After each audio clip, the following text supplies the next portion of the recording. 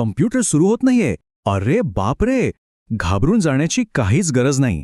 माइंडस्टिक्स foundation ट्रस्टनी तयार केलेल्या या विशेष माहिती सत्रामध्ये आपण हेच पाहणार आहोत की अशा समस्येचं निदान कसं करायचं आणि सगळ्यात महत्त्वाचं म्हणजे ते दुरुस्त कसं करायचं. खरं तर आपल्यापैकी प्रत्येकाने कधी ना कधी हा अनुभव घेतलाच आहे, नाही का? आपण पॉवरचं बटन दाबता आणि काहीच होत नाही, एकदम शांतता. पण काळजी करायचं काहीच कारण नाहीये, कारण प्रत्येक समस्येवर एक उपाय असतोच आणि आपण तोच उपाय कसा शोधायचा हे पाहणार आहोत. चला तर मग, आता वेळ आली आहे आपल्या आतल्या डिटेक्टिव्हला जागं करण्याची.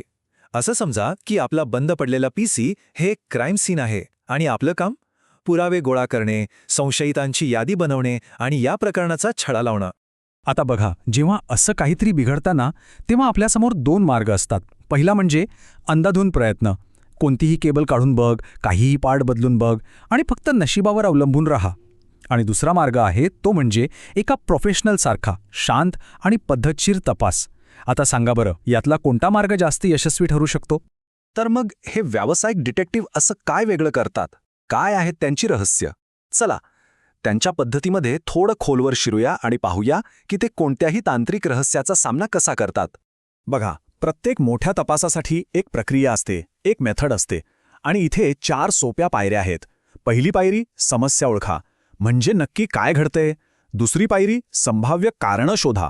अच्छा, तर यामागे काय काय असू शकतं. तिसरी संभाव्य उपाय ओळखा. ठीक आहे, प्रत्येक कारणावर आपण काय उपाय करू शकतो. आणि मग येते चौथी आणि शेवटची पायरी, सर्वोत्तम उपाय लागू करा. म्हणजे जो उपाय सगळ्यात जास्त योग्य वाटतोय तो निवडा आणि वापरून बघा. कुठलाही चांगला डिटेक्टिव्ह आपल्या केसच्या नोट्स काढतोच, बरोबर? तसंच टेक्नॉलॉजीच्या दुनियेत याला म्हणतात मेंटेनन्स लॉग किंवा मेंटेनन्स जर्नल. हा आपल्या पीसीचा एक प्रकारे इतिहासच असतो.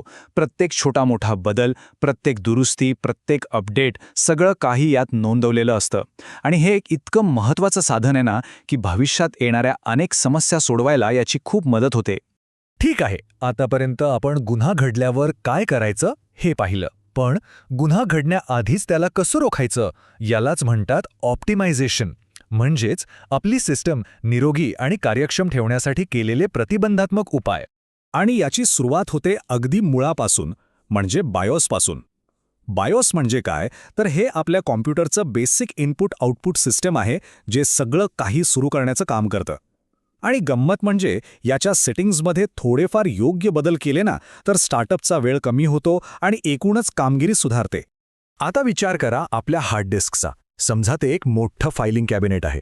वेळोवेळी काय होतं की फाईल्स इकडे तिकडे विखुरल्या जातात. त्यामुळे कोणतीही माहिती शोधायला वेळ लागतो. इथेच स्कॅन डिस्कसारखी टूल्स कामाला येतात. ती चुका शोधतात आणि डिफ्रॅगमेंटर या विखुरलेल्या फाईल्सना पुन्हा व्यवस्थित लावतो. परिणाम, सगळं काही एकदम फास्ट आणि सहज सापडतं. एक इंटरेस्टिंग गोष्ट सांगू का? आपल्या कम्प्युटरच्या आतमध्ये पार्ट्स कसे लावले आहेत म्हणजे त्यांची प्रत्यक्ष मांडणी सुद्धा खूप महत्त्वाची असते. एक्सपान्शन कार्ड्स योग्य क्रमाने बसवले की ते एकमेकांशी संसाधनांसाठी भांडत नाहीत आणि सगळं काही अगदी सुरळीतपणे चालतं. प्रत्येक कॉम्प्युटरच्या केंद्रस्थानी असतं त्याचं इंजिन, म्हणजे प्रोसेसर, ज्याला आपण सीपीयू म्हणतो. जास्त स्पीड हवा असेल तर सरळ नवीन आणि वेगवान प्रोसेसरमध्ये अपग्रेड करता येतं. पण जे थोडे ॲडव्हान्स वापरकर्ते आहेत त्यांच्यासाठी ओव्हरक्लॉकिंग नावाचा एक पर्याय आहे. यात प्रोसेसरला त्याच्या ठरवून दिलेल्या स्पीडपेक्षा जास्त वेगाने चालवलं जातं. पण इथे एक धोक्याची सूचना आहे. यामुळे खूप उष्णता निर्माण होते आणि योग्य काळजी घेतली नाही तर नुकसानही होऊ शकतं. चला, थेअरी बरीच झाली. आता वेळ आहे या सगळ्या पद्धतीला प्रत्यक्ष कामाला लावण्याची. आपण 2 खऱ्या केस फाईल्स पाहूया आणि बघूया की आपली ही डिटेक्टिव्हची पद्धत या रहस्यांचा उलगडा कसा करते. प्रत्येक डिटेक्टिव्हला एका नकाशाची गरज असते, बरोबर? आपल्या केसमध्ये हा नकाशा म्हणजे प्रॉब्लेम ट्री.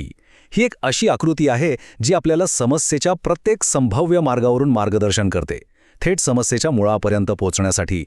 तर आपली पहिली केस फाईल डेड पीसी, म्हणजे बटन दाबल्यावर काहीही होत नाहीये. आपला प्रॉब्लेम ट्री आपल्याला सांगतो की सुरुवात अगदी सोप्या गोष्टींपासून करा. पॉवर केबल जोडली आहे का, ज्या सॉकेटमध्ये लावली आहे त्यात वीज येतेय का. एकदा का या गोष्टी तपासल्या की मग आपण हळूहळू आतल्या अधिक गुंतागुंतीच्या शक्यतांकडे जातो, जसं की पॉवर सप्लाय किंवा मदरबोर्ड, आणि प्रत्येक टप्प्यावर एक एक शक्यता कमी करत जातो. आता केस नंबर 2, सिस्टीम बूट होत नाहीये. इथे कम्प्युटर सुरू तर होतो पण ऑपरेटिंग सिस्टीम लोड होत नाही. हा प्रॉब्लेम ट्री आपल्याला वेगवेगळ्या दिशांनी विचार करायला लावतो. ही सॉफ्टवेअरची समस्या आहे का, म्हणजे एखादी फाईल करप्ट झालीये, की हार्डवेअरची, म्हणजे हार्ड ड्राईव्ह खराब झालीये? ही आकृतीच आपल्याला या शक्यतांमध्ये फरक करायला आणि अचूक निदान करायला मदत करते. आपण आतापर्यंत बऱ्याच गोष्टी पाहिल्या, पण या सगळ्यामधून जर एकच गोष्ट लक्षात ठेवायची असेल तर ती ही आहे टेक्निशियनचा सुवर्ण नियम. नेहमी लक्षात ठेवा, एखादी समस्या जर स्पष्टपणे मांडली गेली तर ती अर्ध्याहून अधिक सुटलेली असते. समस्या निवारण योजना म्हणजे दुसरं तिसरं काही नसून समस्या सोडवण्यासाठी एक वैज्ञानिक आणि पद्धतशीर दृष्टिकोन आहे. अंदाजे काम करण्यापेक्षा एक स्पष्ट योजना नेहमीच श्रेष्ठ ठरते. आणि जाता जाता एक विचार सोडून जातो. जशी आपली उपकरणं, आपलं तंत्रज्ञान दिवसेंदिवस अधिक गुंतागुंतीचं होत चाललंय, तसतसं भविष्यात आपल्याला या मूलभूत समस्या निवारण कौशल्यांमध्ये काय बदल करावे लागतील, ती कशी विकसित करावी लागतील, विचार नक्की करा.